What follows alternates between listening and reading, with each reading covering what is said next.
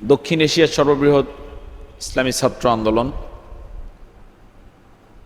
শহীদি কাফেলা এবং ছাত্রদের প্রিয় সংগঠন বাংলাদেশ ইসলামী ছাত্র শিবির, ঐতিহ্যবাহী ঢাকা বিশ্ববিদ্যালয়ের সূর্য সেন হলের প্রিয় ভাইদের নিয়ে আয়োজিত আজকের এই নৈশ ইবাদত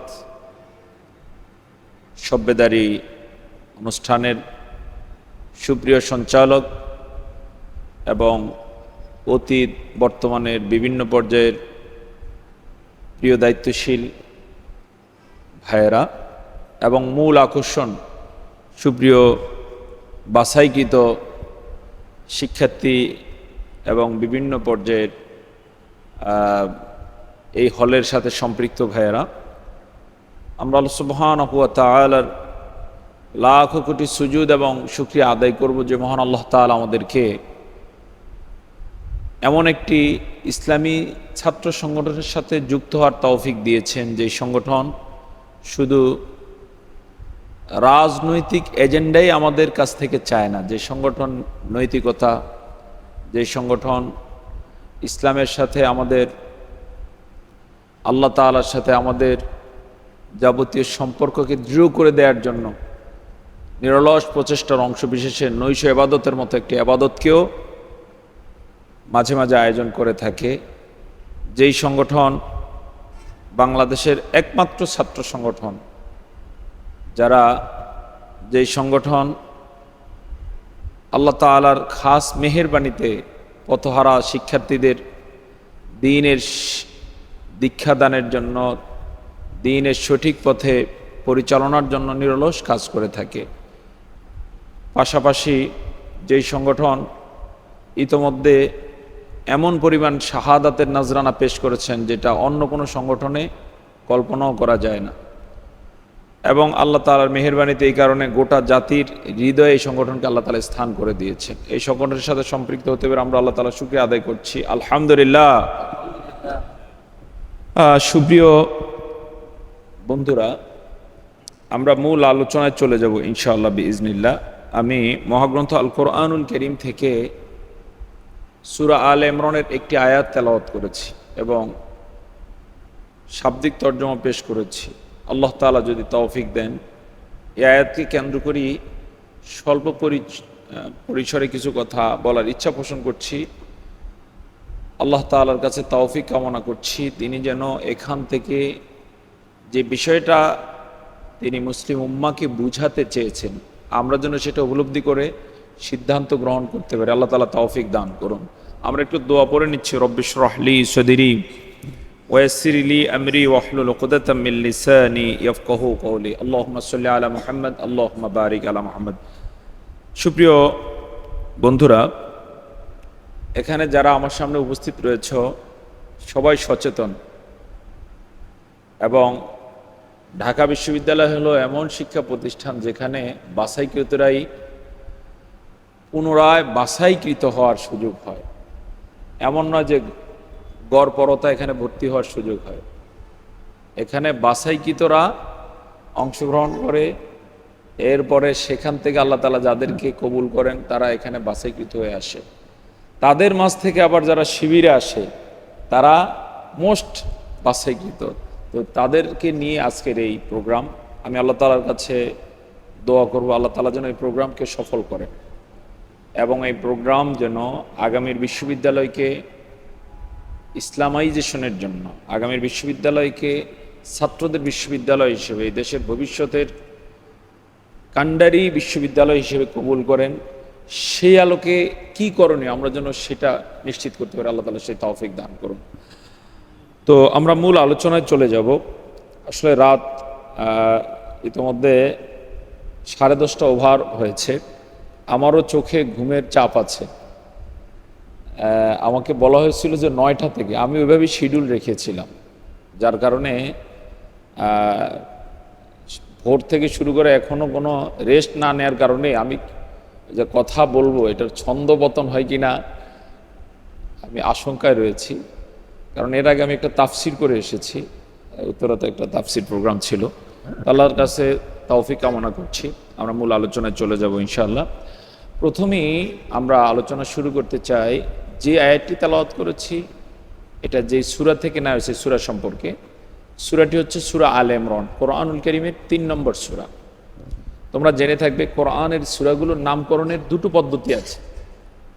একটি হচ্ছে তাসমিয়াতুল কুল্লি বিইসমিল জুজই, গোটা সূরার নাম বাছাই করা হয়েছে ওই সূরারই কোনো একটা অংশের উপরে ভিত্তি করে। যেমন আল ইমরান নামটি এসেছে এই সূরার 33 নম্বর আয়াত থেকে। আল্লাহ তাআলা বলেন, ইন্নাল্লাহা আস্তাফা আদামা ওয়া নূহা ওয়া আলা ইব্রাহিম ওয়া আলা ইমরান আলাল আলামিন।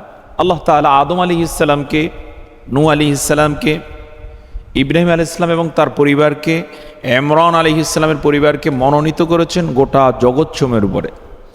এই কারণে আদম আলাইহিস সালাম কিন্তু সবার কাছেই সমাদৃত। তোমরা জেনে থাকবে যেমন অমুসলিমরাও অ্যাডাম নাম রাখে ইংরেজিতে, কিন্তু মূল নামটা কি? আদম।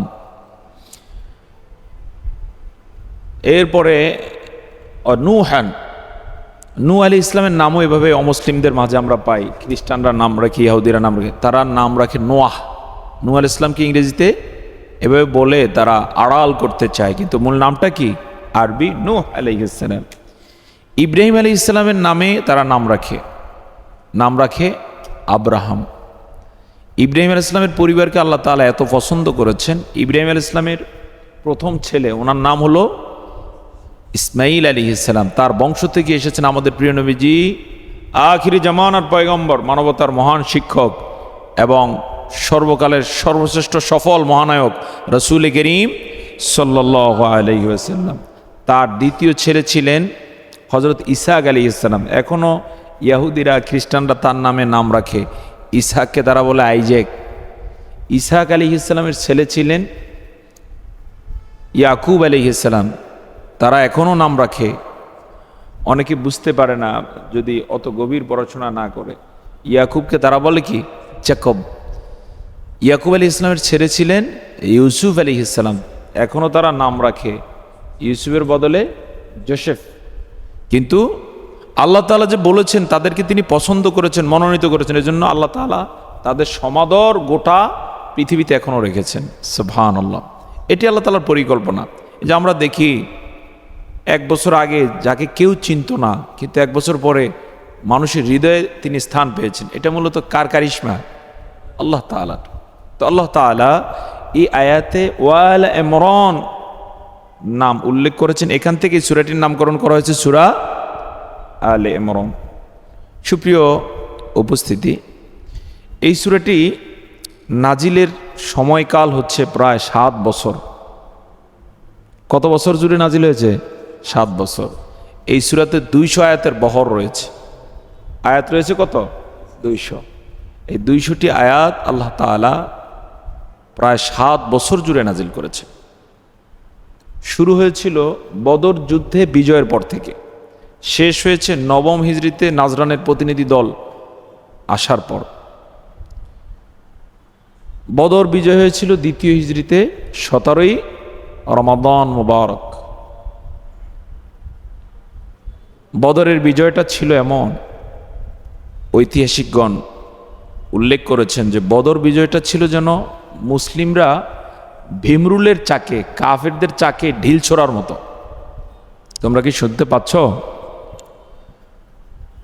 ভীমরুল তোমরা চিনে থাকবে। এই ভীমরুলের চাকে বাসায় যদি কেউ ঢিল মারে তাহলে পরেরটা অবস্থা কেমন হতে পারে? যেমনটা হওয়ার তেমন। বদরের বিজয়টা ছিল কাফেরদের কাছে এটা অসম্ভব। আর মুসলমানরাও চিন্তা করতো যে ওদের সাথে তো পেরে ওঠা সহজ নয়। কাফেররা ইতোমধ্যেই 1ম হিজরিতে রাসূল করিম সাল্লাল্লাহু আলাইহি ওয়াসাল্লামকে বের করে দিয়েই ক্ষান্ত হয় না।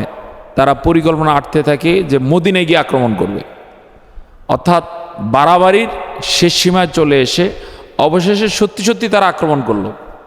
এই আক্রমণের জন্য তারা ধেয়ে এসেছে মক্কা থেকে কোথায়? মদিনার উদ্দেশ্যে। এসে তারা উপনীত হয়েছে পবিত্র মদিনা নগরী থেকে প্রায় 80 কিলোমিটার দূরে বদর নামক প্রান্তে। রাসূল সাল্লাল্লাহু আলাইহি ওয়াসাল্লাম তাদের মোকাবেলা করলেন মাত্র ৩১৩ জন নিয়ে। কাফেররা এসেছে ১,০০০, তাদের সাথে ছিল আধুনিক অস্ত্রশস্ত্র। আর মুসলিমদের কাছে আমরা ইতিহাস থেকে মাত্র ৮টা তরবারি ছিল। অপ্রতুল প্রস্তুতি। ৩০০ জনের কাছে ৮টা তরবারি, ৩১৩। এটা আসলে কোনো ধরনের হিসাবে মিলানো যায় না। আর ওরা অস্ত্র শস্ত্রে সুসজ্জিত, অতি উৎসাহী, অতি বাড়াবাড়ি করে এসেছে। নেতৃত্ব দিচ্ছে আবু জাহেল। রাসূল করিম সাল্লাল্লাহু আলাইহি ওয়াসাল্লাম অবশেষে এই ৮টা তরবারি সহকারী মোকাবেলা করলেন। শুধু যুদ্ধে সাহাবাই গ্রামদেরকে সেট করার আগে প্রত্যেকের হাতে একটা করে খেজুর গাছের ডাল কেটে দিয়েছেন, যাদেরকে তরবারি দেওয়া সম্ভব হয় না। নির্ধারিত দিনে ১৭ রমাদান মুবারকে যুদ্ধ শুরু হলো। সূচনায় কাফেররা বুঝতে পেরেছে যে এই যুদ্ধটা ভয়াবহ হবে। তোমরা জেনে থাকবে যে আগেকার দিনে মল্ল যুদ্ধ হতো শুরুতে। সোলজাররা সব পিছনে দাঁড়ানো যার যার পার্টির, আর ওই গ্রুপ থেকে একজন, এই গ্রুপ থেকে একজন, ওই গ্রুপ থেকে একজন, এই গ্রুপ থেকে একজন, এরকম দেয়া হতো। তো এইভাবে ৩ জন দাঁড়ালো মুখোমুখি। শুরুর দিকে কাফেররা, কুরাইশরা বাড়াবাড়ি করেছে। বাড়াবাড়ি এরকম, রাসূল সাল্লাল্লাহু আলাইহি ওয়াসাল্লাম আনসারদের একজনকে দিয়েছে। ওরা বললো যে এদেরকে তো আমরা গণায় ধরি না, কৃষকের চাষাভুষার ছেলে, আমাদের মতো কুরাইশি কারা আছে। রাসূল সাল্লাল্লাহু আলাইহি ওয়াসাল্লাম সেট করলেন হযরত হামজা রাদিয়াল্লাহু তাআলা আনহুকে। উনি কি কুরাইশি, সুবহানাল্লাহ, রাসূলের আপন চাচা। এবার দেখার পরে কলজায় কামড় শুরু হয়েছে। এরপরে দেয়া হলো হযরত আলী রাদিয়াল্লাহু তাআলা আনহুকে। এরকম ৩ জন দেয়া হলো। ৩ জনের মল্লযুদ্ধে ৩ জন কাফেরদের পক্ষ থেকে ৩ জন এসে ৩টারে জাহান্নামে পাঠিয়ে দিয়েছে। সুবহানাল্লাহ বলবো না? এটা ছিল আকাশ কুসুম কল্পনা, কিন্তু তারা সেটা দেখালেন সূচনাতে। এতে ওরা যুদ্ধের যে সিস্টেম আছে ওগুলো ভঙ্গ করে দিয়ে পারে না, যেন এখন উল্টাপাল্টা শুরু করে। আর যুদ্ধ ময়দান হচ্ছে ডিসিপ্লিনের ময়দান। কেউ উল্টাপাল্টা করলে ওখানে খেয়ে হারিয়ে ফেললে পরাজয় কি সুনিশ্চিত হয়ে যায়। রাজনৈতিক বিষয়গুলো সেম। রাজনৈতিক ময়দানে যথাযথ পদক্ষেপ যদি না নেওয়া যায় সময় মতো, তাহলে পরাজয় কি সুনিশ্চিত।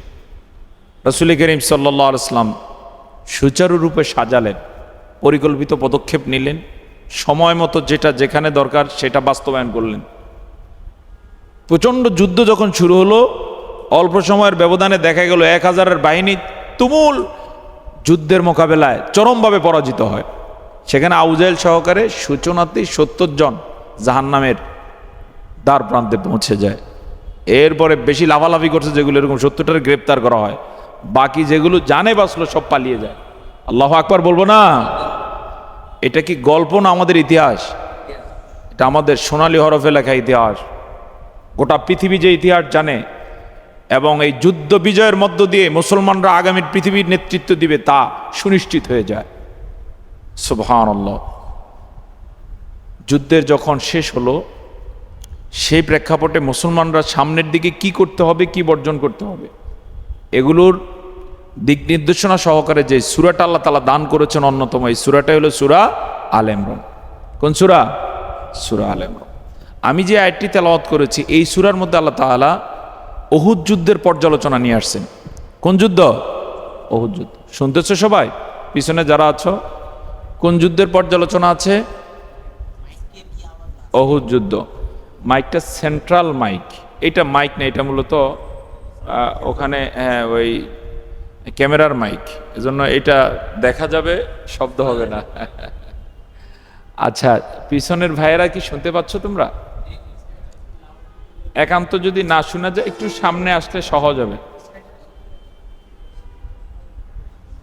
যে কষ্ট করে একটু, অর্থাৎ পিছনে থাকার পরও তাদের প্রমোশনের সুযোগ আছে, সামনে চলে আসার সুযোগ আছে। সুপ্রিয় সাথী ও বন্ধুরা, তো যে আয়াতটি তেলাওয়াত করেছি কোন যুদ্ধের পর্যালোচনা আছে? একটু পিছনের ভাইরা বলো, কোন যুদ্ধ? উহুদ যুদ্ধ। আল্লাহ সুবহানাহু ওয়া তাআলা এই আয়াতে কারিমার মধ্যে উহুদ যুদ্ধে এক আয়াতের ভিতরে যেন ইতিহাস তুলে ধরেছেন।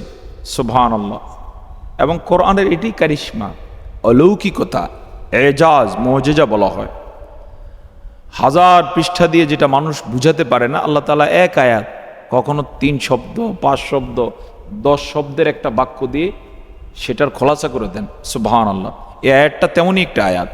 এখানে আল্লাহ সুবহানাহু ওয়া তাআলা, আমি সরাসরি মূল আলোচনায় চলে যেতে চাই।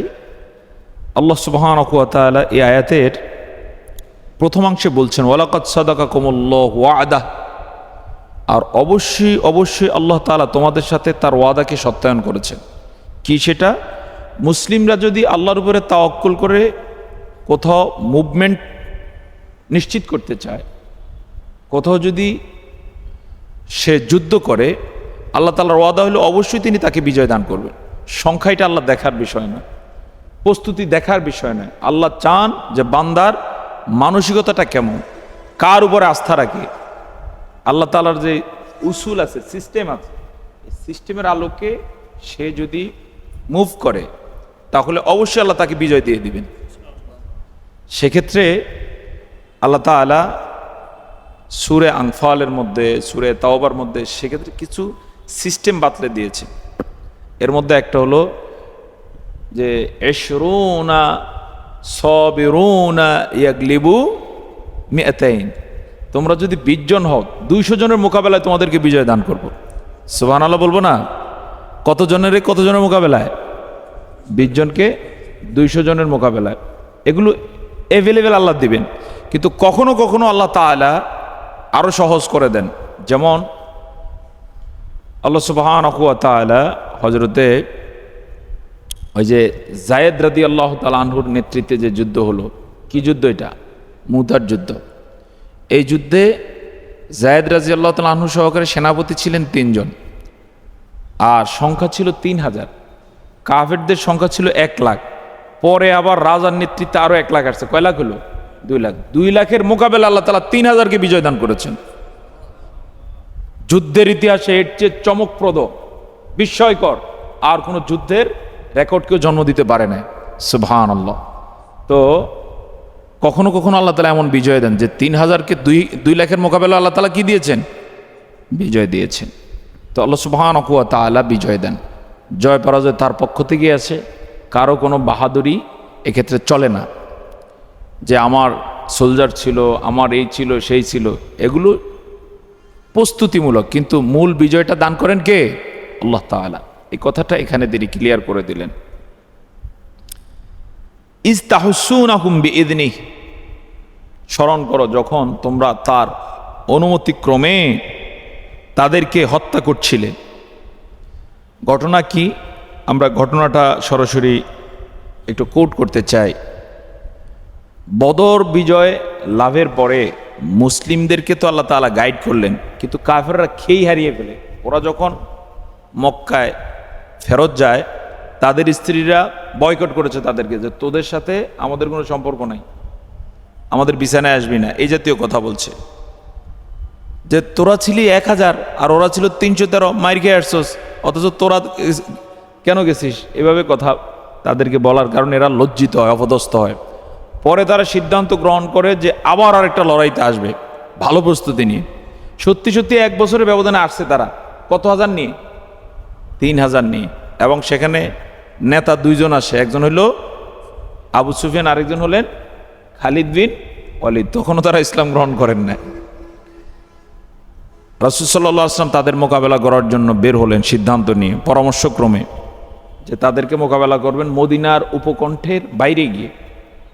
ওরা মদিনা আক্রমণ করতে আসছে, এখানে ক্ষয়ক্ষতি হবে, এজন্য বাইরে গিয়ে মোকাবেলা করবেন। কিন্তু মুনাফিকগুলো একটা সুযোগের মানে অপেক্ষায় ছিল।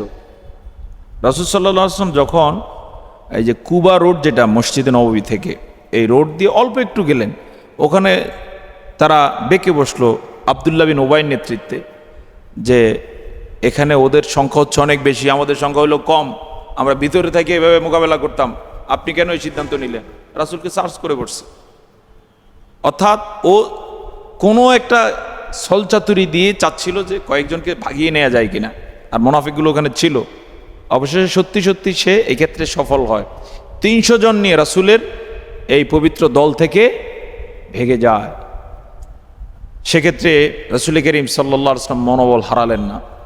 700 জনকে নিয়েই মোকাবেলার সিদ্ধান্ত যেভাবে সিদ্ধান্ত নিয়েছেন সেভাবেই তিনি অহুদ প্রান্তে এসে উপনীত হন। রাসূল করিম সাল্লাল্লাহু আলাইহি ওয়াসাল্লাম সেখানে এসে অহুদের ময়দানের দুই পাশে দুটো পাহাড় রয়েছে, একটা হচ্ছে অহুদ আর একটা হচ্ছে জাবালুর রুমাত। 50 জন তীরন্দাজকে রাসূল করিম সাল্লাল্লাহু আলাইহি ওয়াসাল্লাম হযরত আব্দুল্লাহ ইবনে জুবাইর রাদিয়াল্লাহু তাআলা আনহুর নেতৃত্বে জাবালুর রুমাতের উপরে দায়িত্ব দেন তীরন্দাজ হিসেবে, এবং তাদেরকে দিক নির্দেশনা দেন যে অহুদ আর জাবালুর রুমাতের মাঝে যে গিরিপথ রয়েছে, তোমরা তোমাদের তীর দ্বারা এই পথ নিয়ন্ত্রণ করবে, অনুমতি ছাড়া এই প্রান্তর ছাড়া যাবে না। জয় পরাজয় যাই হোক না কেন, অনুমতি ছাড়া এখান থেকে যাওয়া যাবে না।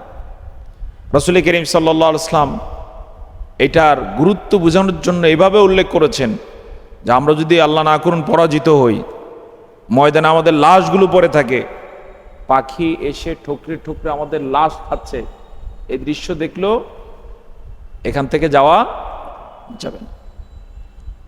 যুদ্ধ শুরু হলো, 50 জন এখানে দায়িত্ব পালন করলেন যথার্থ। এটাকে এত দুর্ভেদ্য করেছেন তারা যে কোনো কাফের এখান দিয়ে ঢুকতে পারে না। সরাসরি ময়দানে এক প্রান্তের লড়াই, আল্লাহ তাআলা এই লড়াইয়ে মুসলমানদেরকে চূড়ান্ত বিজয় শুরুতে দিয়ে দিলেন। সুবহানাল্লাহ বলবো না? 700 জন বিজয় লাভ করলেন। কতজনের মোকাবেলায়? একটু বলো সবাই, কতজনের মোকাবেলায়? 3000-এর মোকাবেলায় বিজয় লাভ করছে। বিস্ময়কর বিজয়। বিজয়ের সাথে সাথে এবার গনিমতের মাল, ব্যাপক মাল ছড়িয়ে ছিটিয়ে আছে। তাফসিরগুলোতে উল্লেখ করা হয়েছে যে মহিলাদের হাতের বালা পড়ে আছে স্বর্ণের। এরপরে তোমরা জানো যে যুদ্ধে কাফেররা পরাজয় বরণ করার মানে হচ্ছে ওদের নারীরা দাসী হয়ে যায়, ওদের পুরুষরা কি হয়ে যাবে? দাস হয়ে যাবে। তো এদেরকে গ্রেপ্তার করার পালা। কেউ কেউ বলেছে যে মহিলাদের পায়ের গোছাগুলো দেখা যাচ্ছে, এদেরকে ধরা দরকার। এরকম মানসিকতা নিয়ে ওই 50 জনের মধ্য থেকে কয়েকজন মতামত দিল যে এখন তো আমরা বিজয় লাভ করেছি, আমরা দাঁড়িয়ে থাকবো কেন?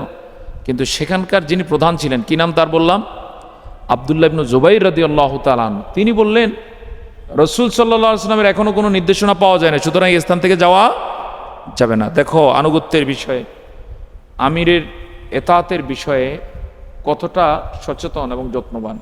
কিন্তু অতি উৎসাহী কিছু বলে আমরা তো বিজয় লাভ করছি, খেয়ে হারিয়ে ফেলেছে, সিস্টেম অমান্য করেছেন, নেতার আদেশের বিষয়ে গরমিল করেছেন। দেখতে না দেখতেই অনেকেই নেমে গেলেন সেখান থেকে। এক পর্যায়ে আবু সুফিয়ান আর খালিদ যখন ময়দান ছাড়া হয়ে অনেক কয়েক কিলোমিটার চলে গেছে পালিয়ে, ওখানে যাওয়ার পরে এবার তারা পর্যালোচনা শুরু করছে যে আমরা বদরে মার খেলাম, আমাদের মহিলারা এভাবে আমাদেরকে বয়কট করেছে বিছানায়, এবারও যদি মার খেয়ে যায় তাহলে মক্কায় গিয়ে মুখ দেখাবো কিভাবে? সবগুলো দীর্ঘক্ষণ পর্যন্ত এভাবে তরবারি মাটিতে গেড়ে মাথা নিচু করে বসে চিন্তা করতে লাগলো। এক পর্যায়ে তারা বুদ্ধি বের করলো যে আমরা একটা কাজ করব, সেটা হচ্ছে চেষ্টা করবো ওই গিরিপথটা কোনো মতে অতিক্রম করা যায় কিনা। আবু সুফিয়ান বলল, খালিদ তুমি এটা দেখো, যদি তুমি ঢুকতে পারো তাহলে আমি এদিক থেকে চেষ্টা করব। ওরা এই সিদ্ধান্ত নিয়ে ওখান থেকে ঘুরে দাঁড়ানোর চেষ্টায় আবার এগিয়ে আসে। আমাদের দেশে এই জাতীয় কোনো আশঙ্কা সামনে আসে না? নাই। আমাদের জন্য যেন এখানে শিক্ষা আছে। রাসূল করিম সাল্লাল্লাহু আলাইহি ওয়াসাল্লামকে আল্লাহ তাআলা বিজয় দিলেন। সাহাবায়ে কেরাম কিছুটা এখন লাগামহীন হয়ে গেলেন। ওদিক দিয়ে তীরন্দাজদের অনেকে নেমে এলো, ময়দানে হুলস্থুল অবস্থা, কাফেরদেরকে ধাওয়া দিচ্ছে একটা গ্রুপ, আরেকটা গ্রুপ এভাবে গনিমতের মাল কুড়াচ্ছে। এমন একটা হজবরল অবস্থার মধ্যে আবু সুফিয়ান একদিক থেকে, ওদিকে খালিদ এসে দেখে যে গিরিপথ পাহারায় যারা ছিলেন তাদের সংখ্যা আগের মতো নাই। উনি সেখানে অতর্কিত হামলা করে বসলেন, তারা হামলা ঠেকাতে পারলো না, তারা ওখান থেকে ঢুকে যায়। এরপরে বাকিটা তো ট্র্যাজেডি হয়ে যায়। এমন আঘাত তারা করে, একটু আগে মুসলমানরা দৌড়াচ্ছিল ওদেরকে, এখন ওরা দৌড়ানো শুরু করছে। কাদেরকে? এবার মুসলমানরা পালায়। সেই ভয়াবহতার এক পর্যায়ে রাসূল করিম সাল্লাল্লাহু আলাইহি ওয়াসাল্লাম পর্যন্ত আঘাতপ্রাপ্ত হলেন, ইনজুর্ড হলেন। রাসূল করিম সাল্লাল্লাহু আলাইহি ওয়াসাল্লামের মাথার উপরে কূপ দিয়ে দেওয়া হয়। এই কূপে রাসূল করিম সাল্লাল্লাহু আলাইহি ওয়াসাল্লাম মাথায় হেলমেট ছিল, হেলমেটে কূপ লেগে হেলমেট দেবে রাসূল করিম সাল্লাল্লাহু আলাইহি ওয়াসাল্লাম মাথা ফেটে যায়। রাসূলের মুখের উপরে কূপে দুটো কাঁচা দাঁত শহীদ হয়ে যায়, তিনি বেহুশ হয়ে পড়ে যান। অল্প সময়ের ব্যবধানে দেখা যায় বীর কচুরি রসুল করিম সাল্লাল্লাহু আলাইহি ওয়াসাল্লামের দুর্দিনের সাথী হজরতে হামজা রাদিয়াল্লাহু তাআলা আনহুকে শহীদ করে দেওয়া হয়। এ শুধু একজন নয়, ৭০ জন সাহাবীকে নির্মমভাবে হত্যা করা হয়। কোন যুদ্ধে? বিজয়ের যুদ্ধে। একটু আগে যারা বিজয়ী হয়েছে অল্প সময়ের ব্যবধানে, এই কত সকালবেলা বিজয়ী, এই অল্প সময়ের ব্যবধানে আবার কি পরাজিত। শুধু পরাজয় নয়, নাম জানা ৭০ জন মানুষ যদি শাহাদাত বরণ করেন যারা ছিলেন বীর ময়দানের, তাহলে বিষয়টা কেমন হতে পারে। শুধু সেটাই নয়, এক পর্যায়ে সাহাবাই کرامদের যারা প্রসিদ্ধ ছিলেন, বিশেষ করে অন্যতম হচ্ছেন হযরত হামজা রাদিয়াল্লাহু তাআলা আনহু, তার নাক কান কেটে, চোখ উফরে ফেলে, ঠোঁট কেটে, কলিজা বের করে চিবানো হয়। এরপরে এগুলো দিয়ে মালা বানিয়ে যুদ্ধের ময়দানে নাচানাচি করেছে হিন্দারা। এর এক পর্যায়ে যখন ওরা বুঝতে পারলো যে মুসলমানদের অবস্থান এখন আর সামনে দেখা যায় না, তখন তারা ঘোষণা দিতে লাগলো যে আমরা মুহাম্মদকে হত্যা করেছি। ইতোমধ্যে হযরত মুসআব রাদিয়াল্লাহু তাআলা আনহুকে শহীদ করা হয়। ঐতিহাসিকগণ উল্লেখ করেছেন তার চেহারাটা রাসূল সাল্লাল্লাহু আলাইহি ওয়াসাল্লামের চেহারার সাথে কিছুটা মিল ছিল। ওরা মনে করছে মুসআব নবী করিম সাল্লাল্লাহু আলাইহি ওয়াসাল্লাম, এজন্য বলতেছিল যে আমরা মুহাম্মদকে হত্যা করেছি। এরপর বলতেছিল আবু বকর তুমি আছো, বেঁচে আছো। আবু বকর রাদিয়াল্লাহু তাআলা রাসূলের কাছেই ছিলেন, প্রায় 12 জন রাসূলকে ঘেরাও করেছিলেন। যারা ঘেরাও করেছিলেন এর মধ্যে সামনের যারা ছিলেন হযরতে তালহা রাদিয়াল্লাহু তাআলা সহকারে নির্মমভাবে তারা আঘাতপ্রাপ্ত হয়েছে। কাউকে কাউকে 80টা তীর বিদ্ধ করা হয়েছে।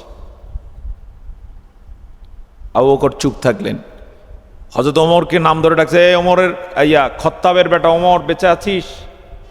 ওমর রাদিয়াল্লাহু তাআলা আনহু গর্জে উঠলেন, বললেন আমরা এখনো আছি। সুবহানাল্লাহ বলবো না? সুবহানাল্লাহ। এবার কিছুটা ওই যে এতক্ষণ গড়ে বলতেছিল সবারে মেরে ফেলছি, যখন ওমরের গর্জন শুনলো একটু কেঁপে উঠেছে ওরা। এরপরে তখন ওই মুখে বলল জয় বল। রাসূল করিম সাল্লাল্লাহু আলাইহি ওয়াসাল্লাম বললেন জবাব দাও। ওমর বললেন ইয়া রাসূলুল্লাহ কি জবাব দেব? বললেন বলো আল্লাহু আকবার। তিনি আল্লাহু আকবার বলে উঠলেন। সাহাবায়ে কেরাম যে যেখানে জীর্ণ শীর্ণ অবস্থায় তারা সেখান থেকে গর্জে ওঠা শুরু করলেন, আল্লাহু আকবার বলবো না?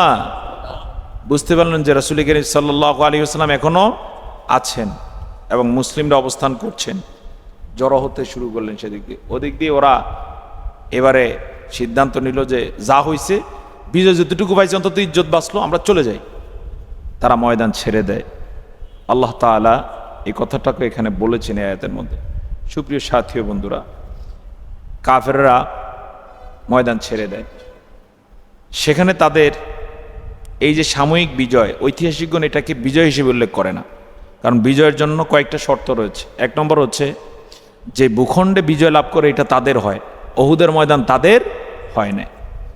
দ্বিতীয়ত হচ্ছে ওখান থেকে ওই যে গ্রেপ্তার করার সুযোগ পাওয়া, ওরা একজনকেও গ্রেপ্তার করে নিতে পারে না। আরও অনেকগুলো বিষয় আছে। এটা মূলত একটা ওই যে ঝাল মিটাইছে আর কি। কিন্তু চূড়ান্তভাবে যদি এটার মূল্যায়ন করি তাহলে জয় পরাজয় সমান সমান। কারণ প্রথম ভাগে কারা বিজয় লাভ করেছে আর দ্বিতীয় ভাগে কাফেররা।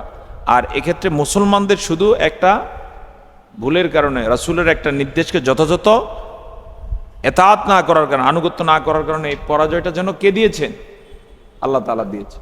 সত্যি সত্যি এই পরাজয়ের মধ্য দিয়ে এমন শিক্ষা মুসলমানরা লাভ করে, এরপরে যত যুদ্ধ হয়েছে কোনো যুদ্ধে আর কোনোদিন মুসলমানরা পরাজয় বরণ করে না। সুবহানাল্লাহ বলবো না? আল্লাহ তাআলা এমন শিক্ষা দিয়ে দিলেন যে আনুগত্যের বিষয়ে আর কোনোদিন, আগে মনে করতে এগুলো সোজা, কিন্তু কখনো আর গরমিল করে না, গ্যাপ করে নাই। এখান থেকে আমাদের জন্য শিক্ষা আছে না নাই? আছে। আনুগত্যের বিষয়ে একটু এদিক সেদিক হয়ে গেলে সাময়িক মনে হতে পারে অসুবিধা নাই, কিন্তু এটার ফল নিজেকেই ভোগ করতে হয়। বিশেষ করে আমরা জানি কিছু ভুল এটার খেসারত জীবন দিয়ে দিতে হয়। এর মধ্যে একটা হচ্ছে যুদ্ধ ময়দানের ভুল, খেসারত দিতে হয় চরমভাবে। স্বয়ং নবীও যদি থাকেন আর সেখানে যদি কেউ ভুল করে তাহলে নবীকেও কি দিতে হয়? খেসারত দিতে হয়, মাসুল দিতে হয়। এটা হয়েছে। আল্লাহ সুবহানাহু ওয়া তাআলা সেই কথাগুলো এই সূরার এই আয়াতের মধ্যে তুলে ধরেছেন। সুপ্রিয় সাথী ও বন্ধুরা, আল্লাহ সুবহানাহু ওয়া তাআলা এক পর্যায়ে রাসূল আলাইহি ওয়াসাল্লামকে এই আয়াত নাজিল করে ওইটার বিষয়টা কেমন ছিল এটা যেন জানিয়ে দিলেন এভাবে, হাত্তা ইজা ফাশিলতুম, যে এক পর্যায়ে তোমরা নিজেদের মাঝে ইখতিলাফ করলে, তোমরা ফসকে গেলে, ফেসে গেলে, দুর্বলতা প্রদর্শন করলে, ওয়া তানাযাআতুম ফিল আমর, তোমরা দ্বিমত পোষণ করলে। সেখানে দায়িত্বশীল বলতেছে রাসূল নির্দেশ দেন না এই স্থান ছাড়ার জন্য। ওরা বলল যে না, অসুবিধা নাই, আমরা তো বিজয় লাভ করেছি, তোমরা এরকম করেছো। ওয়া আসাইতুম মিন বাদি মা আরাকুম মা তুহিব্বুন, তোমরা সীমালঙ্ঘন করেছো। সরাসরি কথাটা পর্যালোচনা দিচ্ছেন কে? আল্লাহ তাআলা। তোমরা সীমালঙ্ঘন করেছো। এই সীমালঙ্ঘনের কারণে কি হয়েছে?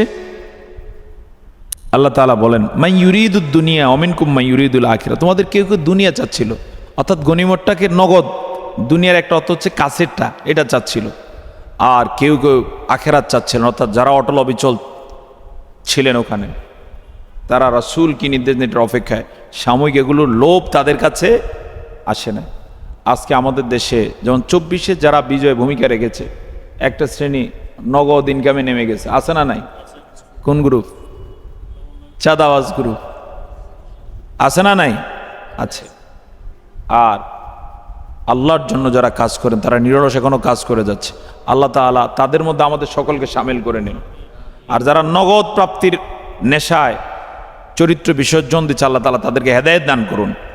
এটা আজকে নয়, অতীতেও ছিল। তবে এরকম যারা, তারা কখনোই সফল হতে পারে না।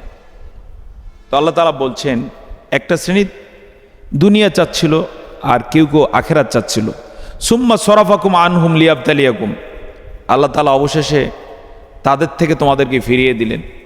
তোমরা এতক্ষণ ওদেরকে ধাওয়া দিচ্ছিলে, এবার তোমরা ধাওয়া খাচ্ছ। তবে এটা হচ্ছে লিয়াবতালিয়াকুম, যেন তিনি তোমাদেরকে পরীক্ষা করতে পারেন। তোমাদেরকে পরীক্ষা ছাড়া হবে না। ওয়ালাকাদ আফা আনকুম, অবশেষে আল্লাহ তোমাদেরকে মাফ করে দিয়েছেন। এটার বিষয়ে কথা, কি মাফ করেছেন? সেটা হলো, কাফেররা যখন ময়দান ছেড়ে দেয়, তারা একেবারে অতি উৎসাহী হয়ে এবার একটু তৃপ্ত, মুগ্ধ, যে যাওয়ার হয়েছে, মোটামুটি আমরা তো বিজয় লাভ করেছি। অনেক দূর যাওয়ার পরে এবার যারা জ্ঞানী গুণী ছিল ওদের মাঝে, এরা বলল এটা তো কোনো বিজয়ের মধ্যে পড়ে না, আমরা তো একজন সোলজারকেও গ্রেফতার করে আনতে পারি না, এরপরে ওইটা অবরোধ দিয়ে রাখতে পারি না, ওদের ময়দান তো আর আমরা আনতে পারি না, আমাদের অধীনে নাই। এবার মাথা চুলকিয়ে তারা সহমত পোষণ করলো যে হ্যাঁ সেটাই তো, আমরা তো কিছুই নিতে পারি না, কারো একটা তরবারিও আমরা ধরতে পারি না, নিতে পারি না, তো কি করা যায়?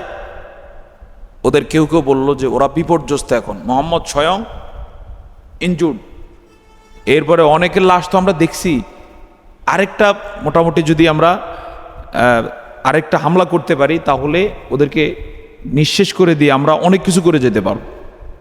এরকম চিন্তা করে তারা একমত হয়েছে, একমত হয়ে আবার তারা রিটার্ন শুরু করেছে। আল্লাহ তাআলা এখানে সে কথাটা বলেছেন। রিটার্ন যখন আসতেছিল, এদিক দিয়ে রাসূল করিম সাল্লাল্লাহু আলাইহি ওয়াসাল্লাম যখন হুঁশ ফিরে পেলেন, সাহাবায়ে কেরামদেরকে নির্দেশ দিলেন যে তোমরা সবাই জড়ো হও। দুইটা বর্ণনা, এক বর্ণনা হচ্ছে যে রাসূল সাল্লাল্লাহু আলাইহি ওয়াসাল্লাম সেই দিনই ধাওয়া দেওয়ার জন্য সিদ্ধান্ত গ্রহণ করলেন।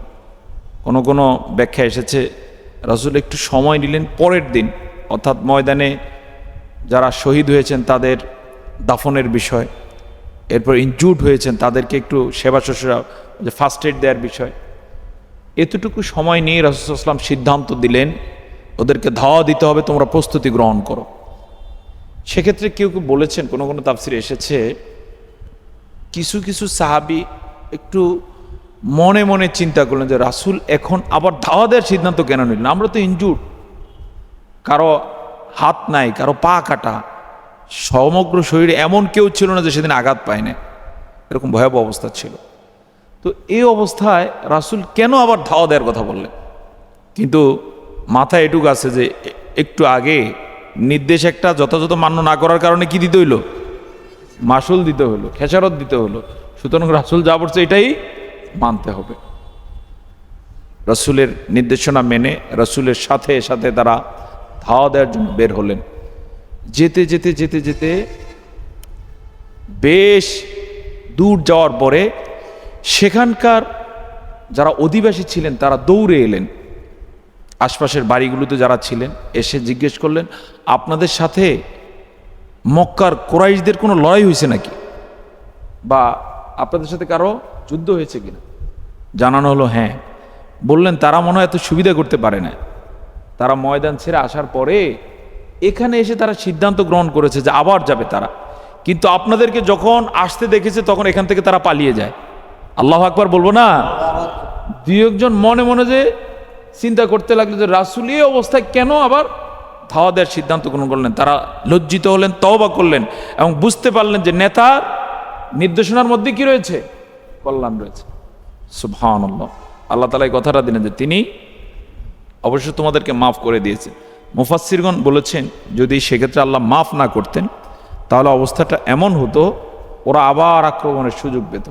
সেক্ষেত্রে ইনজুর্ড কাউকে যদি আবার আক্রমণ করে সাধারণত ফেরাতে পারে না, কঠিন হয়ে যায়, অনেক ক্ষয়ক্ষতির শিকার হতে হতো। আরেকটা তাফসির হচ্ছে আল্লাহ তাআলা ভুল করেছেন ঠিকই, কিন্তু সবার তিনি মাফ করে দিয়েছেন। সুবহানাল্লাহ বলো।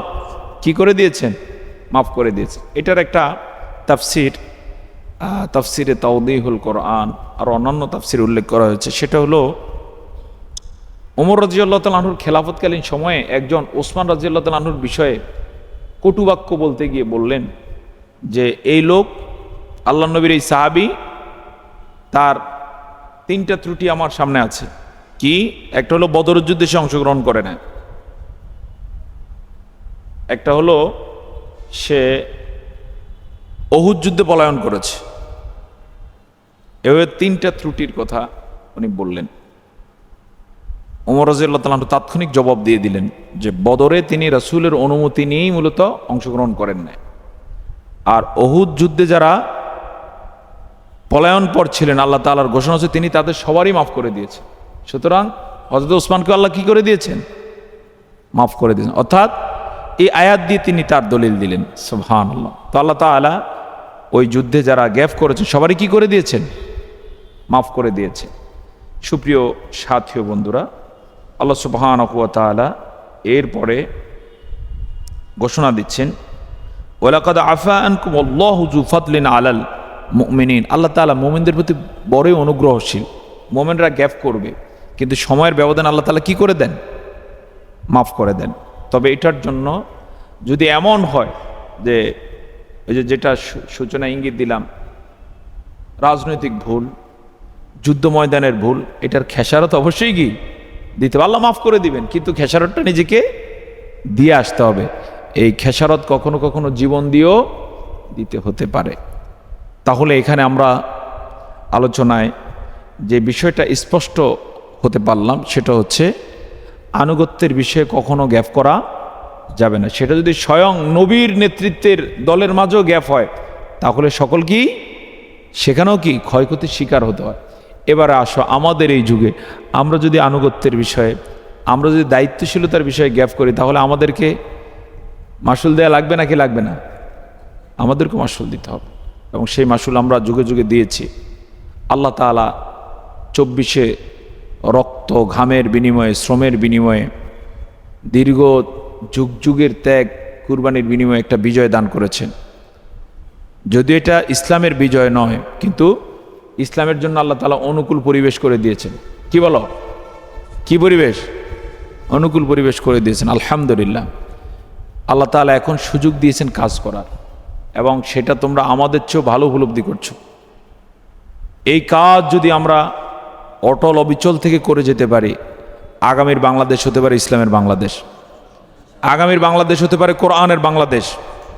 এবং বাংলাদেশের যুবকদের এই বিজয়কে গোটা বিশ্ব সেলিউট জানিয়েছে। তোমরা জানো, তারা অবাক হয়েছে তরুণরা কিভাবে খালি হাতে রক্ত দিতে পারে, কত বড় কলিজা হলে পরে বুক পেতে দিতে পারে গুলির সামনে। তো আমাদের সদস্য ভাইয়েরা যদি, আমাদের যুব সমাজ যদি এই দৃষ্টান্ত স্থাপন করতে পারে, ইনশাআল্লাহ বাংলাদেশ ইসলামী ছাত্র শিবির যদি সেক্ষেত্রে ঢাকা বিশ্ববিদ্যালয় আগামীর যে একটি পরীক্ষা রয়েছে, এই পরীক্ষায় যদি সকলের ঐকান্তিক প্রচেষ্টায় উত্তীর্ণ হতে পারে তাহলে দেশের পরিবর্তন আসবে না ইনশাআল্লাহ।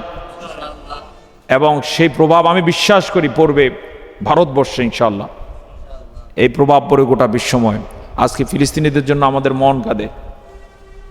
আমরা ইনশাআল্লাহ বাংলাদেশকে যদি গোছাতে পারি, ইনশাআল্লাহ ঢাকা বিশ্ববিদ্যালয়কে যদি গোছাতে পারি, হয়তো এখান থেকে কেউ ফিলিস্তিন বিজয়ের জন্য ভূমিকা রাখতে পারে না ইনশাআল্লাহ। আমরা সুলতান সালাউদ্দিন আইয়ুবী রাহিমাহুল্লাহ তাআলার ইতিহাস জানি। তিনি ছোট একটা ফ্যামিলি থেকে উঠে আসা সন্তান, কিন্তু তিল তিল বেড়ে উঠে সময়ের ব্যবধানে এই সিদ্ধান্ত নিয়েছিলেন। তার বুকের মাঝে স্বপ্ন ছিল, অনেকেও বুঝতো যে সে তো আঞ্চলিক নেতা, তো তিনি স্বপ্ন লালন করতেন যে তিনি কোনো এক সময় মিশর বিজয় করবেন, এবং মিশর হচ্ছে আন্তর্জাতিক পৃথিবীতে কেউ নেতৃত্ব দেওয়ার জন্য ওইটা হলো একটা দরজা, এবং তিনি তার ছক একে ঠিকই মিশর বিজয় করলেন। এর অল্প সময়ের ব্যবধানে তিনি ফিলিস্তিন বিজয় করেন। সুবহানাল্লাহ। তো আমরা আল্লাহ তাআলার কাছে দোয়া করব আমরা যেন এখন যে পরীক্ষার সম্মুখীন আমরা হয়েছে, পরীক্ষা উত্তীর্ণ তিনি আমাদেরকে করেন, এবং আমরা যেন সেই যোগ্যতার পরিচয় দিতে পারি। আল্লাহ যেন সেই তৌফিক দান করেন। এর ধারাবাহিকতায় ইনশাআল্লাহ বাংলাদেশ বিজয় লাভ করবে, এর ধারাবাহিকতায় মুসলিম বিশ্ব বিজয় লাভ করবে ইনশাআল্লাহ। এই আয়াত থেকে আল্লাহ তাআলা আমাদেরকে সেই চেতনা এবং প্রেরণা দান করুন, আমিন। আমার স্বল্প পরিসরে এতটুকুই কথা তোমাদের উদ্দেশ্যে। আল্লাহ তাআলা তোমাদেরকে এই বিষয়ে আরও গভীর জ্ঞান দান করুন। ওমা তৌফিকি ইল্লা বিল্লাহ। আসসালামু আলাইকুম ওয়া রাহমাতুল্লাহি তাআলা ওয়া বারাকাতুহু।